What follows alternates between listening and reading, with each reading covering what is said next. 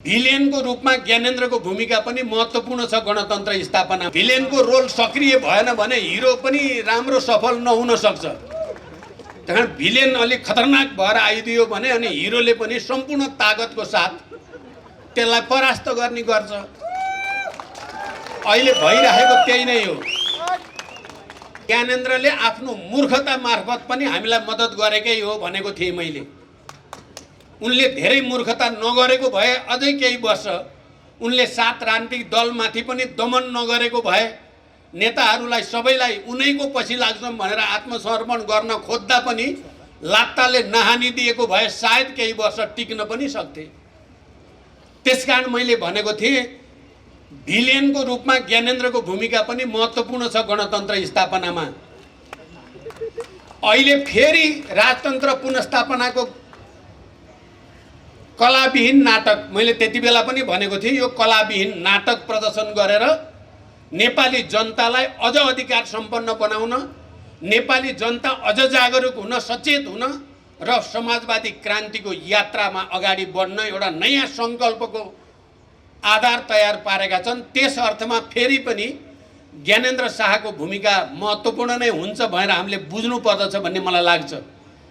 किनभने कुनै पनि कथा, उपन्यास, फिल्म चाहिँ हिरोले मात्रै चल्दैन, त्यहाँ भिलेन पनि चाहिन्छ। भिलेनको रोल सक्रिय भएन भने हिरो पनि राम्रो सफल नहुन सक्छ। त्यहाँ भिलेन अलिक खतरनाक भएर आइदियो भने अनि हिरोले पनि सम्पूर्ण ताकतको साथ त्यसलाई परास्त गर्ने गर्छ। अहिले भइरहेको त्यही नै हो।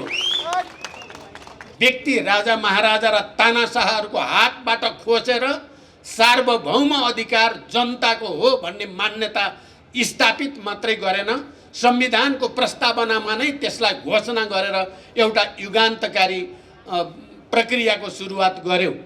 आज त्यसैमाथि केही मानिसहरूले प्रश्न उठाउने जमर्को गरेका छन्, दुस्साहस गरेका छन्। अहिलेका राजा महाराजाहरू जसलाई इतिहासको विषय बनाइसकेको छ नेपाली जनताले, नेपालले, नेपालको संविधानले, फेरि अर्को मूर्खता नगरियोस्। त्यसो भयो भने त्यसले निकै ठुलो मूल्य चुकाउनु पर्ने स्थिति आउन सक्छ।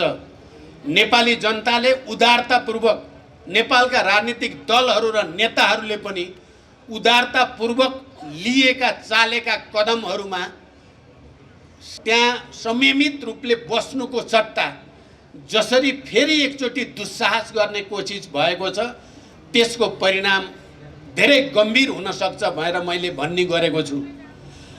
तर एउटा कुरा के हो भने अहिले जो डिबेट सुरु भएको छ, मेरो विचारमा चाहिँ यो डिबेटले नेपाली जनतालाई अझ बढी चेतनशील बनाउन, नेपाली जनतालाई समाजवादी क्रान्तितिर अग्रसर हुनको लागि नयाँ विचारको, नयाँ सिद्धान्तको, नयाँ रणनीतिको खोजी गर्ने अवसर हुनेछ। नेपालमा राजतन्त्र पुनर्स्थापना त असम्भव छ, बरु यो बहसले समाजवादको यात्रा फराकिलो पार्ने मद्दत गर्नेछ भन्ने मेरो विश्वास छ। मैले शान्ति सम्झौतामा हस्ताक्षर गर्दा त्यति बेला तत्कालीन राजा ज्ञानेन्द्र, अहिले पूर्व राजा भन्ने गरिएको छ, मैले भनेको थिएँ हामीले जनयुद्ध र जनक्रान्ति मार्फत गणतन्त्रको निम्ति आधार तयार पार्यौँ र ज्ञानेन्द्रले आफ्नो मूर्खता मार्फत पनि हामीलाई मद्दत गरेकै हो भनेको थिएँ मैले। उनले धेरै मूर्खता नगरेको भए अझै केही वर्ष उनले 7 राजनीतिक दलमाथि पनि दमन नगरेको भए नेताहरूलाई सबैलाई उनैको पछि लाग्छौँ भनेर आत्मसमर्पण गर्न खोज्दा पनि लात्ताले नहानी दिएको भए सायद केही वर्ष टिक्न पनि सक्थे। शहीदका सपना पुरा गर्ने सङ्कल्प र जीवन व्यवहारमा त्यसलाई उतार्ने प्रक्रियामा अगाडि बढ्ने दिन पनि हो।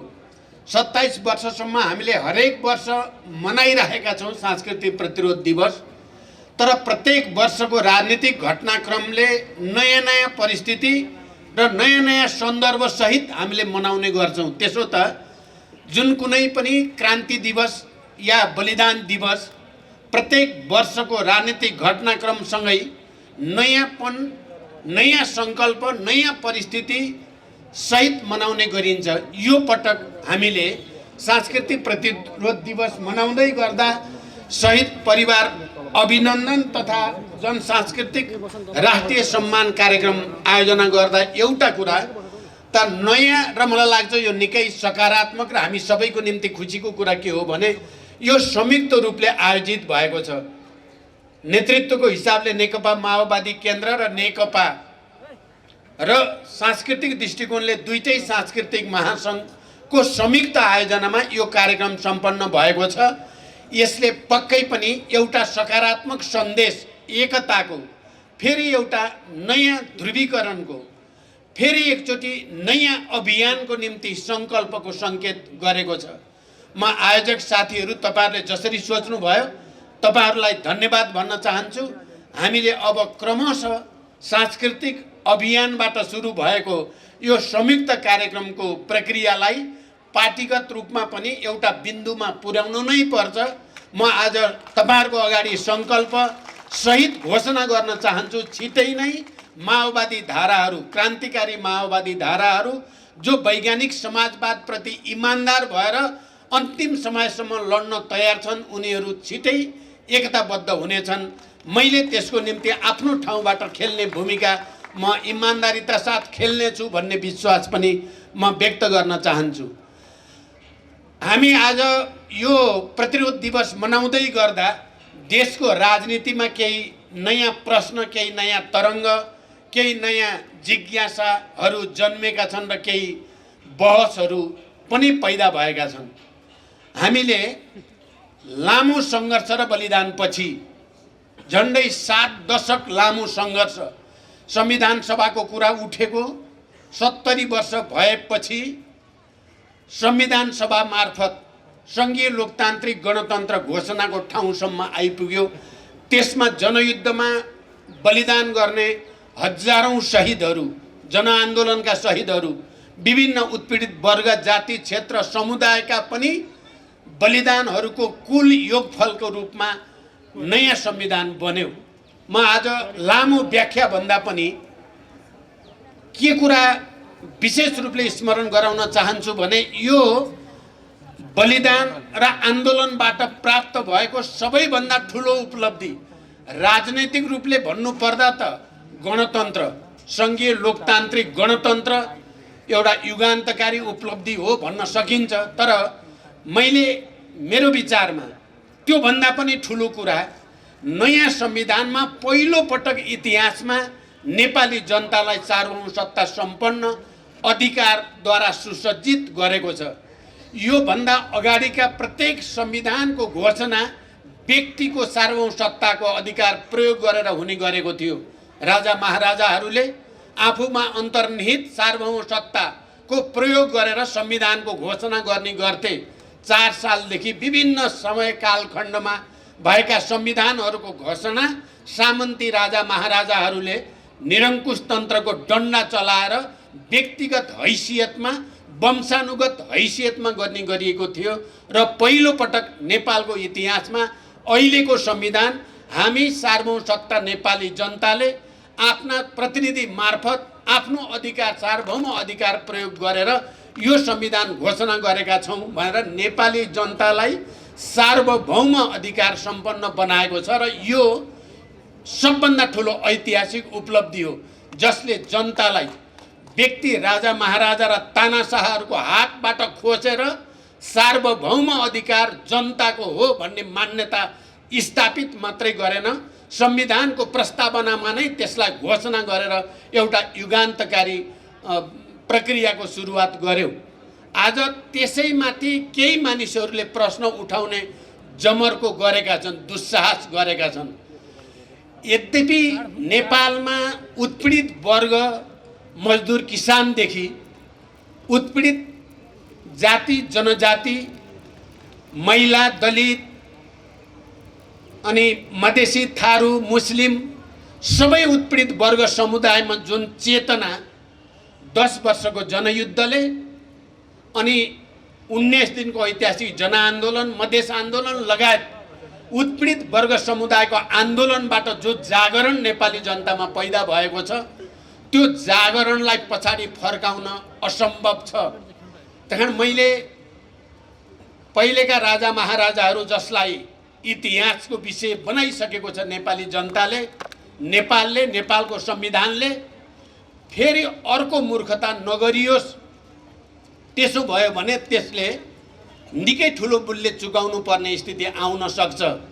नेपाली जनताले उदारतापूर्वक, नेपालका राजनीतिक दलहरू र नेताहरूले पनि उदारतापूर्वक लिएका चालेका कदमहरूमा त्यहाँ संयमित रूपले बस्नुको सट्टा जसरी फेरि एकचोटि दुस्साहस गर्ने कोसिस भएको छ, त्यसको परिणाम धेरै गम्भीर हुन सक्छ भनेर मैले भन्ने गरेको छु। तर एउटा कुरा के हो भने अहिले जो डिबेट सुरु भएको छ, मेरो विचारमा चाहिँ यो डिबेटले नेपाली जनतालाई अझ बढी चेतनशील बनाउन, नेपाली जनतालाई समाजवादी क्रान्तितिर अग्रसर हुनको लागि नयाँ विचारको, नयाँ सिद्धान्तको, नयाँ रणनीतिको खोजी गर्ने अवसर हुनेछ। नेपालमा राजतन्त्र पुनर्स्थापना त असम्भव छ, बरु यो बहसले समाजवादको यात्रा फराकिलो पार्ने मद्दत गर्नेछ भन्ने मेरो विश्वास छ। मैले शान्ति सम्झौतामा हस्ताक्षर गर्दा त्यति बेला तत्कालीन राजा ज्ञानेन्द्र, अहिले पूर्व राजा भन्ने गरिएको छ, मैले भनेको थिएँ हामीले जनयुद्ध र जनक्रान्ति मार्फत गणतन्त्रको निम्ति आधार तयार पार्यौं र ज्ञानेन्द्रले आफ्नो मूर्खता मार्फत पनि हामीलाई मद्दत गरेकै हो भनेको थिएँ मैले। उनले धेरै मूर्खता नगरेको भए अझै केही वर्ष उनले 7 राजनीतिक दलमाथि पनि दमन नगरेको भए, नेताहरूलाई सबैलाई उनैको पछि लाग्छौँ भनेर आत्मसमर्पण गर्न खोज्दा पनि लात्ताले नहानी दिएको भए सायद केही वर्ष टिक्न पनि सक्थे। त्यसकारण मैले भनेको थिएँ भिलेनको रूपमा ज्ञानेन्द्रको भूमिका पनि महत्त्वपूर्ण छ गणतन्त्र स्थापनामा। अहिले फेरि राजतन्त्र पुनर्स्थापनाको कलाविहीन नाटक, मैले त्यति बेला पनि भनेको थिएँ, यो कलाविहीन नाटक प्रदर्शन गरेर नेपाली जनतालाई अझ अधिकार सम्पन्न बनाउन, नेपाली जनता अझ जागरुक हुन, सचेत हुन र समाजवादी क्रान्तिको यात्रामा अगाडि बढ्न एउटा नयाँ सङ्कल्पको आधार तयार पारेका छन्। त्यस अर्थमा फेरि पनि ज्ञानेन्द्र शाहको भूमिका महत्त्वपूर्ण नै हुन्छ भनेर हामीले बुझ्नु पर्दछ भन्ने मलाई लाग्छ। किनभने कुनै पनि कथा, उपन्यास, फिल्म चाहिँ हिरोले मात्रै चल्दैन, त्यहाँ भिलेन पनि चाहिन्छ। भिलेनको रोल सक्रिय भएन भने हिरो पनि राम्रो सफल नहुन सक्छ। त्यहाँ भिलेन अलिक खतरनाक भएर आइदियो भने अनि हिरोले पनि सम्पूर्ण तागतको साथ त्यसलाई परास्त गर्ने गर्छ। अहिले भइरहेको त्यही नै हो। हामीले हिजो जनयुद्धको तयारी होस् या जनआन्दोलनको क्रम र शान्ति सम्झौताको क्रम होस्, जनमत तयार गर्ने कुरामा साहित्य, कला र संस्कृतिको भूमिका धेरै नै महत्त्वपूर्ण रह्यो। विचार राजनीति अलि निरस हुन्छ, मानिसहरूले त्यसलाई आत्मसात गर्न अलि लामो समय लाग्छ।